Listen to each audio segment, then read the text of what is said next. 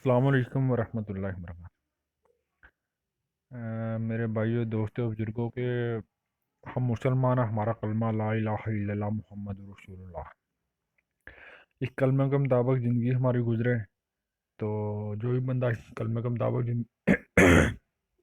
اللہ پاک نے ہمیں پیدا فرمایا اور ہماری زندگی کا مقصد اللہ پاک کو راضی کرنا، تو جو بھی بندہ اس کلمے کے مطابق اپنی زندگی کو گزارے گا تو اس کی اللہ پاک دنیا بھی بنا دے گا، آخرت بھی بنا دے گا۔ دنیا ساری عارضی ہے، ختم ہو جانی ہے، یہاں نہ کوئی رہا نہ کوئی رہے گا، اصل آخرت کی زندگی ہے۔ تو نیک مال ہے، جو بندہ نیک مال کرے گا اللہ اس کی دنیا بھی بنائے گا، آخرت بھی بنائے گا۔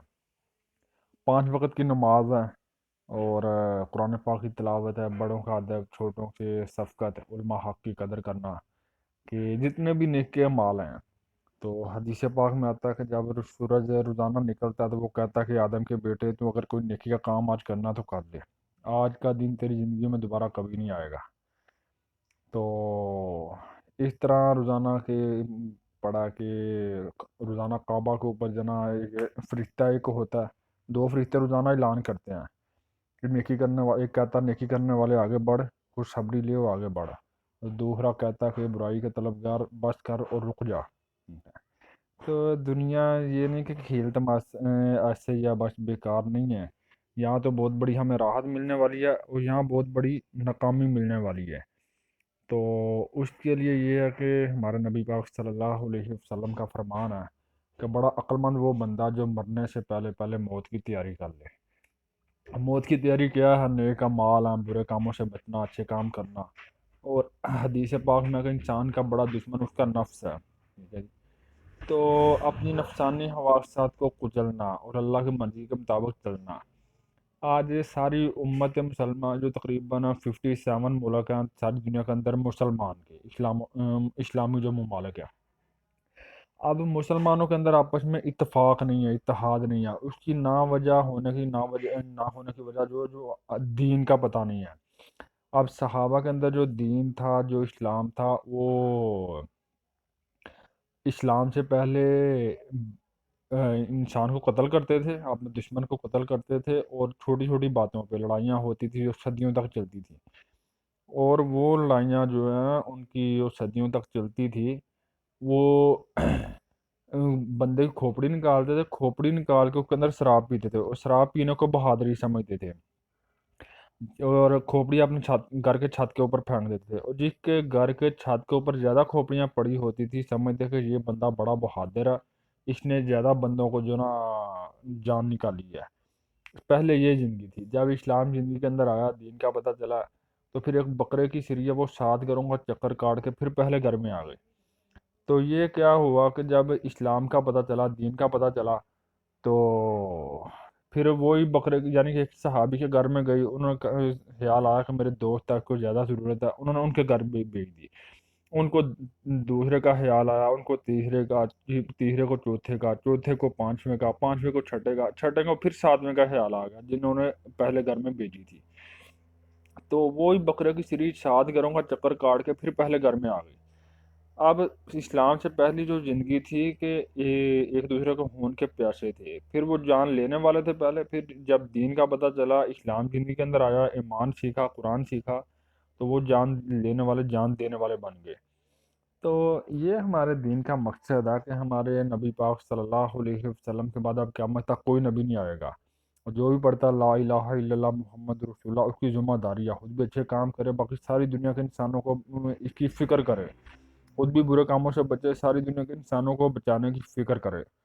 تو اس کے لیے اللہ پاک نے ہمیں دنیا کے اندر بھیجا، تو ہماری زندگی کا مقصد ہے کہ اسلام کی، تو اس کے لیے جو نا اس دین کو سیکھنا بھی ہے، ساری دنیا کے انسانوں تک اس کو پہنچانا بھی ہے، سکھانا بھی ہے، پہنچانا بھی ہے، پھیلانا بھی ہے، یہ ہماری ذمہ داری ہے۔ تو اس کے اندر ہماری دنیا کی ساری حیرت ہے، عافیت ہے، ساری ہماری سہولتیں، اور آخرت کی ہمیشہ ہمیشہ کی کامیابیاں۔ تو اس کے لیے آپ سب بھائیوں دوستوں بزرگوں سے گزارش ہے کہ ہم دین کو سیکھیں، دین کے اوپر عمل کریں۔ اب نیکی کے کام ہے، اس کے اوپر جنت ملتی ہے، برے کاموں سے جہنم ملتی ہے، ٹھیک ہے؟ یہ مولانا اشرف علی تھانوی تھے رحمۃ اللہ علیہ، انہوں نے لکھا ہوا ایک رسالہ کہ اعمال کا بدلہ جزاء الاعمال، یعنی اعمال کا بدلہ دنیا میں بھی آخرت میں بھی۔ تو اس میں انہوں نے ساری قرآن پاک کی آیتیں لکھی ہیں، حدیث لکھی ہیں۔ تو قرآن پاک کی آیات سے زیادہ، قرآن پاک سے زیادہ سچا کلام کوئی نہیں۔ تو ہمارے نبی پاک صلی اللہ علیہ وسلم سے زیادہ سچا انسان کوئی نہیں، اور اللہ سے سچا ہے ہی کوئی نہیں۔ تو اللہ تو سارے سچوں کا سچا سب سے بڑا ہے۔ تو اللہ کا قرآن ہے سب سے پہلے، اس کے بعد ہمارے نبی پاک صلی اللہ علیہ وسلم کا فرمان ہے۔ اب وہ سارے انہوں نے ان کے حوالے دیے ہوئے ہیں کہ نیک کام کریں گے اس کے اوپر دنیا کے اندر یہ فائدے ہیں، آخرت کے اندر یہ اس کا جو نا فائدہ ملتا ہے، ٹھیک ہے، جزا ملتی ہے، بدلہ ملتا ہے۔ اور برے کام کریں گے تو اس کے اوپر دنیا میں اللہ کا یہ قانون ہے، یہ اللہ پاک نے وعیدیں سنائی ہیں، اور آخرت میں یہ اللہ پاک نے سزائیں سنائی ہیں کہ دنیا میں بھی اور آخرت میں بھی۔ وہ سارا قرآن پاک اور احادیث کے حوالے دیے گئے ہیں، وہ آیتیں اور احادیث لکھی ہوئی ہیں اس کے اندر۔ باقی ساری دینی کتابوں کے اندر لکھا ہوا فضائل اعمال کا بدلہ جو ہوتے ہیں کہ کیا کیا نیکی کام کرنے پہ کیا کیا ملتا ہے، برے کاموں کے کرنے سے کیا کیا نقصانات ہوتے ہیں۔ یہ نہیں کہ بس ہم کھیل یا بس دنیا ہی کمانی ہے، اصل تو ہماری آخرت ہے۔ تو حدیث پاک میں آتا ہے کہ جو بندہ اپنی آخرت کو بنے گا، اپنی اللہ کو راضی کرے گا، من کان للہ کان اللہ لہ، کو جو بندہ اللہ کا بن جاتا ہے اللہ اس کا بن جاتا ہے۔ تو اللہ جس کا بن گیا اس کا سارا کچھ ہی بن گیا، دنیا تو ساری عارضی ہے۔ تو اللہ ہر چیز کا خالق ہے، مالک ہے، رازق ہے، رب ہے۔ وہ جو چاہتا ہوتا ہے، وہ جو نہیں چاہتا وہ کچھ کر نہیں سکتا، کہ لا الہ الا اللہ ہوتا ہوا جو اللہ چاہتا ہے، جو اللہ نہیں چاہتا وہ کر نہیں سکتا۔ اب اس کلمے کو سیکھنا بھی ہے اور ساری دنیا کے انسانوں تک سکھانا بھی ہے۔ یہ کلمے کا بول ہے، یہ کلمہ ہمارا، اور اس کی جگہ، یقین کی جگہ ہمارا دل ہے۔ یہ زبان اور یہ دل ایک بالش کا فاصلہ، 1 فٹ بھی نہیں بنتا تقریباً۔ تو زبان دل پر باتیں پہنچیں تو اس کے لیے بار بار ہمیں گھنٹوں گھنٹے بولنا، گھنٹوں گھنٹے سننا، ان کو سوچنا، ان کو سمجھنا۔ تو یہ باتیں دل کے اندر آئیں گی، جب دل کے اندر آئیں گی پھر اس کی حقیقت کھلے گی کہ ساری دنیا کی قیمت اللہ کے نزدیک ایک مچھر کے پر کے برابر بھی نہیں ہے۔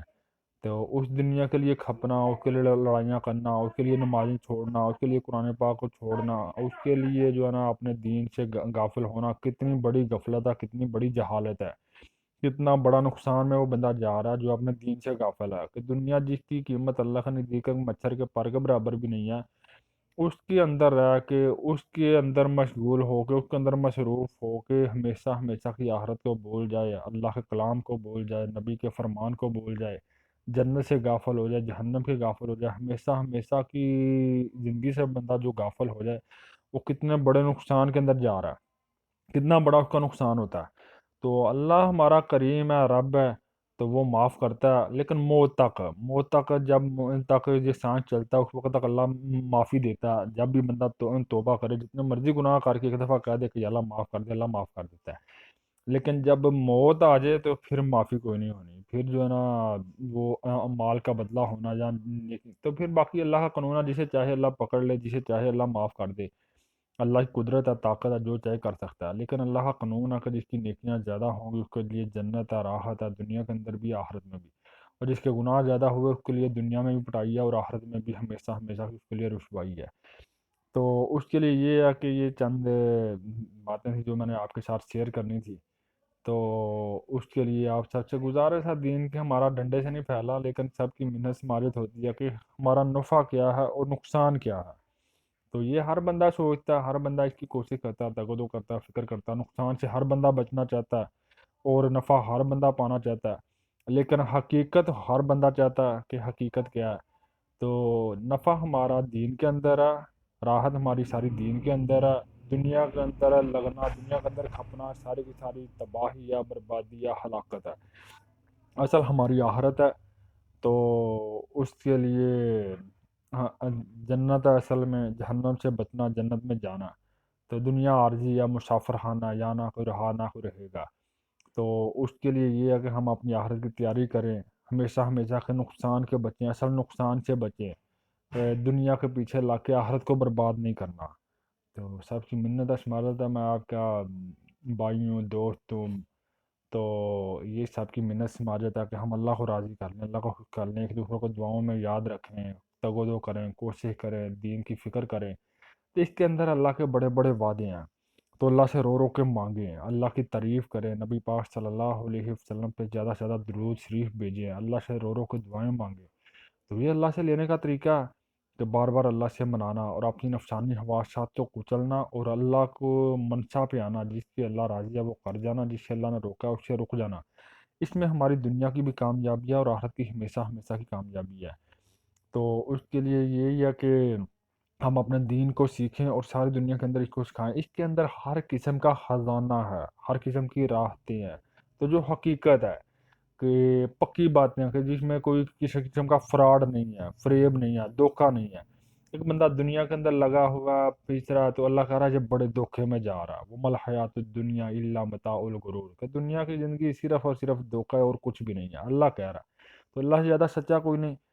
تو اس کے لیے اللہ کے خدا کہ میری بات یہ ساری میری نہیں ہے، اللہ کے رسول کی باتیں جتنی بھی میں نے آپ کے ساتھ شیئر کی ہیں، تو آپ سب سے گزارش ہے کہ ان کے اوپر ہمارا عمل ہو، تو ان کے اوپر ہمارا یقین ہو، بار بار زیادہ سے زیادہ ان کو بولیں، زیادہ سے زیادہ ان کو سنیں اور سوچیں اور سمجھیں، اور ساری دنیا کے اندر ان کو پھیلانے کی کوشش کریں۔ اس کے اندر ہماری دنیا کی بھی راحت ہے اور آخرت کی ہمیشہ ہمیشہ کی راحتیں اسی کے اندر اللہ پاک نے رکھی ہیں، دنیا میں بھی آخرت میں بھی۔